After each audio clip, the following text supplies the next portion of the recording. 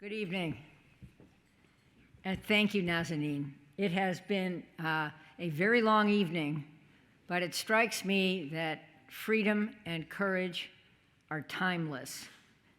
So thank you for sticking with this, and thank you for welcoming me to chair this board. It's a high honor, and for letting me introduce you to my buddy from years and years of working together in the Congress, the chairman of the House Foreign Affairs Committee, McCaul.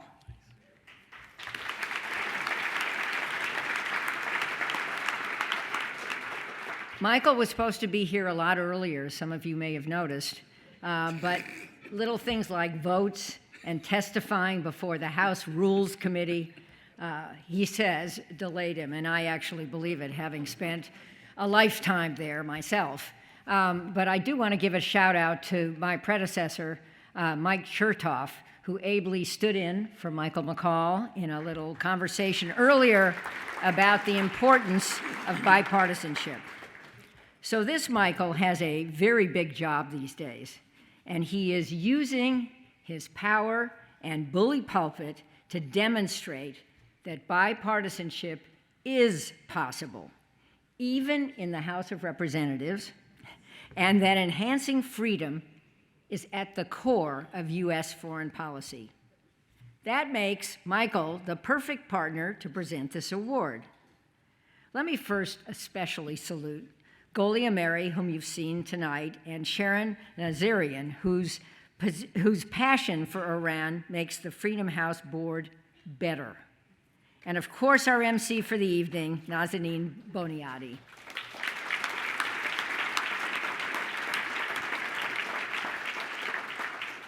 They are part of the Iranian diaspora that provides the wind under the wings of their brave and patriotic Iranian sisters. Our country, to remind, was founded by brave patriots too, but it took another century to establish the right for women to vote, and more decades still for women like me to achieve senior positions in our Congress and our federal government. The women of Iran have embarked on their own journey to freedom and equality, and they have won the respect of freedom-loving women and men the world over. Their cause is our cause. They are inspirational, they are passionate, and they are fearless. It is so meaningful to me and to Freedom House that Michael McCaul, come over here, get up here. Look at this. I always do what she tells me to do. This is how it rolls, that my friend Michael McCaul is here with us tonight to celebrate them and to share this introduction. Please welcome a brave patriot, Michael McCaul. Thank you. Okay, you want to do this? Yep. Hey! Are we running for the presidency? No. I don't think so. No. Just say, thank you, Freedom House, and it's great to be here tonight with Jane, my dear friend. You and I go way back when you were chairwoman, and I was just the ranking member on the Homeland Security Committee. And unlike Iran, I respected this woman and honored her, and for the most part did what she told me to do. But she always said this, the terrorists don't check our political stripes, and that's so true. And it's been such an honor to work with you for so many years. This is really an incredible moment and an opportunity for the Iranian people, and they need our support. As chairman of the House Foreign Affairs Committee, it will be my priority to work with all my colleagues on both sides of the aisle to develop strong bipartisan policy that condemns tyranny and oppression and advances democratic ideals. There's an old saying on the Foreign Affairs Committee that partisanship stops at the water's edge, and I couldn't agree more. Many of the great foreign policy decisions of our time were bipartisan, and it's been an honor to have that tradition as the current chairman. I'm here tonight because I want to share your commitment to the freedom for people around the world. We can and must do more to advance freedom in Iran. Iran is among the least free nations today. This oppressive regime poses one of the most serious national security threats and has a terrible record of human rights abuses. So it's up to us to make sure the movement sparked by the women, and I love that as a father of 4 daughters, the women of Iran, embraced by millions of people around the world, is not forgotten, and to push forward and inspire bipartisan action in the Congress.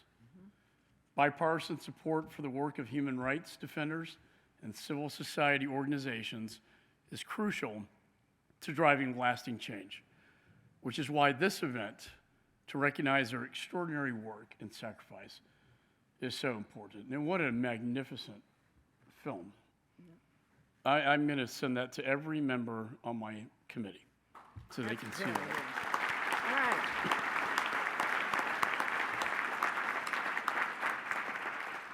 You know, sometimes it's too dangerous for human rights defenders and democratic change agents to appear in person. And as we've seen already tonight, sometimes the world's freedom fighters they're behind bars, missing in action, or worse. Their dedication to human rights is inspiring. And they're the voices that are shining a spotlight on the oppression, the persecution, and the brutality of malign regimes across the globe that violate basic human rights. So tonight, we welcome 2 extraordinary women to accept this recognition on behalf of the courageous women of Iran. The first extraordinary woman you've already met, Nazanin Boniadi, who since receiving the Freedom House Raising Awareness Award back in 2019, has gone on to use her voice and her platform to fight even more passionately for human rights, and especially, as she has said, for the rights of the women of Iran. She has worked tirelessly to support this movement and to drive needed change. The second extraordinary woman knows all too well the dark capabilities of this regime. She's a journalist specializing in women's rights, refugee rights, and the rights of journalists, and was added to a list of journalists against God by the Iranian regime in 2009 for her fearless work and forced to seek refuge in France. But that did not silence her. She continued her courageous coverage for Iran, the Iran Wire from Paris. And it was her reporting that shook the world. It was her reporting that uncovered the truth, working sources back in Iran that revealed that Masha Amini was in fact the then unidentified woman who was beaten to death by the so-called morality police last September. Please join us in welcoming to the stage the evening's MC, Nazanin Boniadi and Aida Ghajar.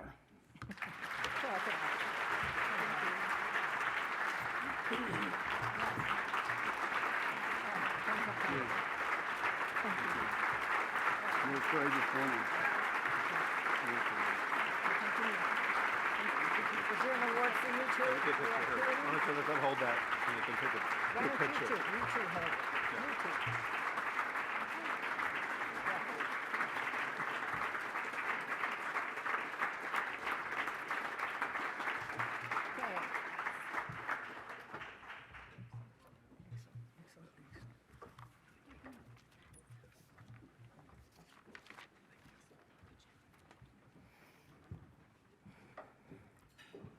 Good evening. For 44 years, the regime in Iran has sought to silence the people of Iran, starting with silencing women's voices. Not only have they failed, Others have joined us and raised their voices in support of freedom.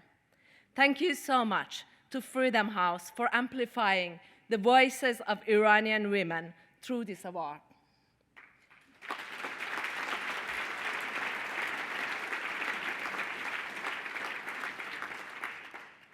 I start, as I should, with the name of Mahsa Jina Amini.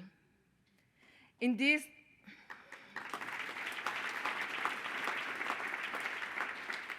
these 8 months of repression, bloodshed, and resistance in Iran, her brother's voice is with me every day.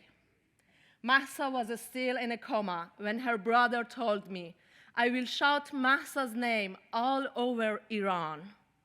Today, Mahsa's name has become a symbol of the battle for the liberation of women from oppression in the world. We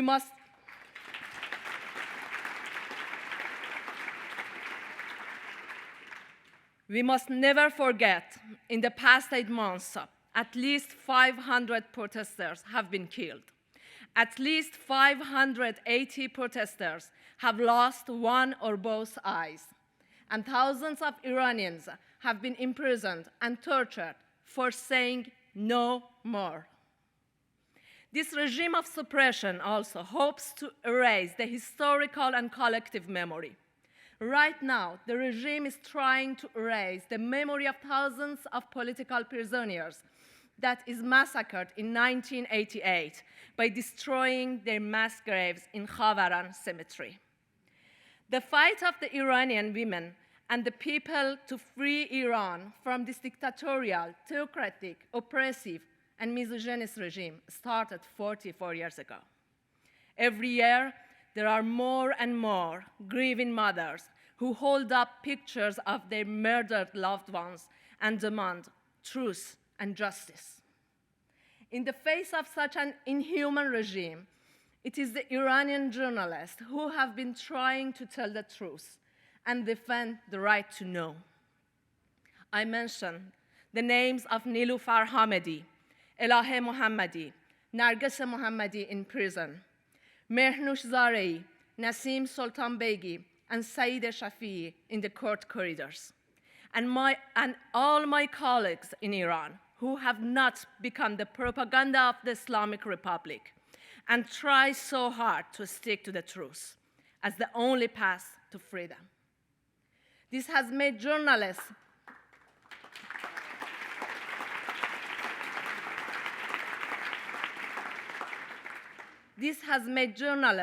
both leaders of and symbols of resistance. The Islamic Republic thought that by imprisoning and exiling journalists, it could continue to suppress the truth. But we, exiled journalists, will always remain the voice of justice by adhering to our mission. Journalists and women have always been the focus of repression. The Islamic Republic has based its survival on violence against women and silencing them. This regime rains death on us and on the world with deception and censorship. But we shout for life. In the midst of these shouts, I invite you all to listen to the voice of Iranian women who have transformed their hair to a symbol of the fight for freedom. Thank you.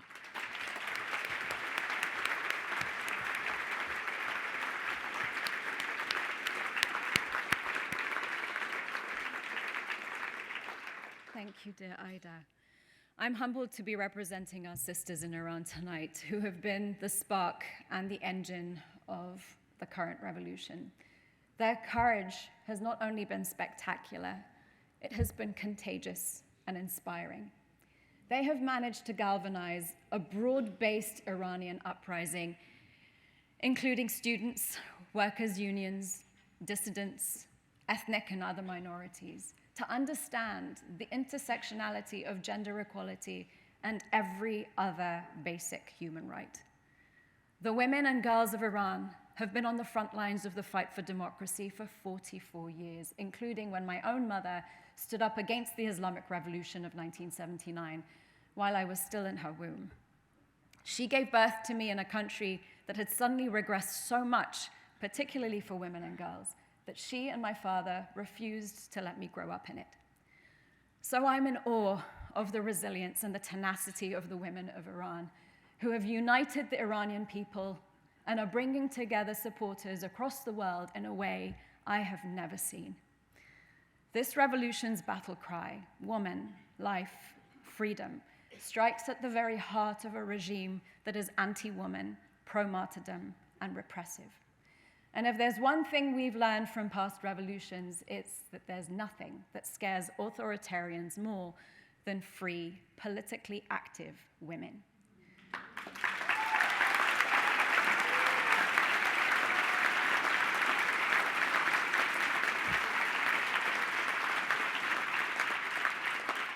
That's why I believe this woman-led revolution will not only change Iran, but the world. This is a unique moment and a historic opportunity. I urge you to please carry on the cause and continue to stand in solidarity with the Iranian people in their struggle for freedom and for democracy. Thank you.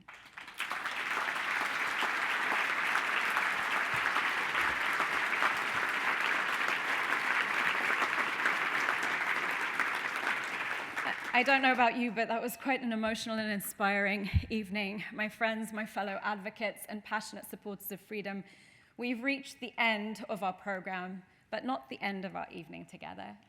Thank you for your solidarity. The greatest threat to democracy is our apathy and indifference towards oppression and authoritarian rule. So thank you for serving as a beacon of freedom to the world. And thank you for your moral and your financial support for the people on the front lines fighting for democracy.